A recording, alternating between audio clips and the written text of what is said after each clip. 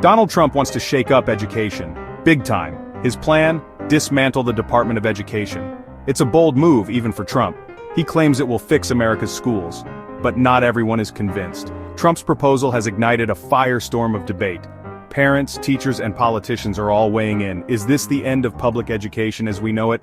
Or is it the change American schools desperately need? Let's break it down.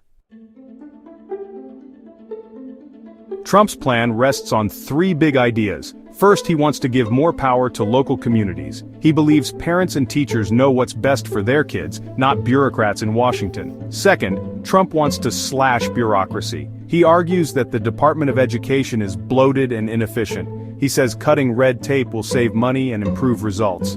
Finally, Trump is a big fan of school choice. He wants parents to have more options, including charter schools and vouchers. He believes competition will force all schools to improve.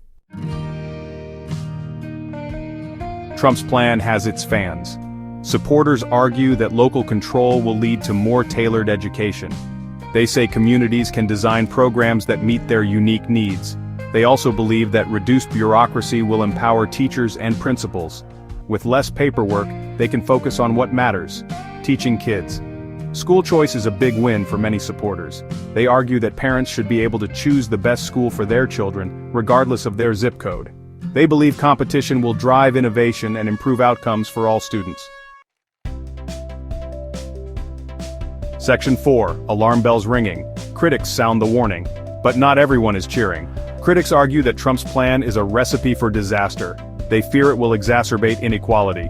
Wealthy communities will thrive, while poor districts fall further behind.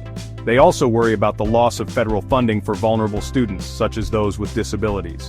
Critics also warn of inconsistent educational standards.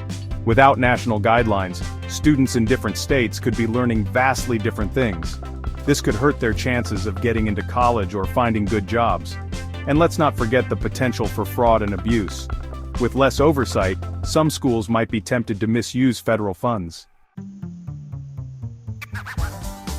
Section 5. The Education Department today, hanging in the balance. So, what's the current status? Despite Trump's wishes, the Department of Education is still standing. It continues to manage student loans, enforce civil rights laws, and support schools across the country. However, the debate over its future rages on. Some lawmakers are pushing for reforms, while others want to see it abolished altogether. The Biden administration has been vocal in its opposition to dismantling the department, but the issue remains a political football. Section 6. Real-world examples, successes and failures of local control. The debate over local control isn't just theoretical. There are real-world examples of both successes and failures. Some states, like Massachusetts, have strong local control and high-performing schools. Others, like Mississippi, have struggled with disparities and low achievement. These examples show that local control alone is not a silver bullet. It can work well, but only with adequate funding, strong leadership, and a commitment to equity. Without these ingredients, it can lead to a patchwork of quality and deepen existing inequalities. Section 7. The Future of Education, a question for America. The future of American education hangs in the balance. The debate over the Department of Education is really a debate about the role of the federal government.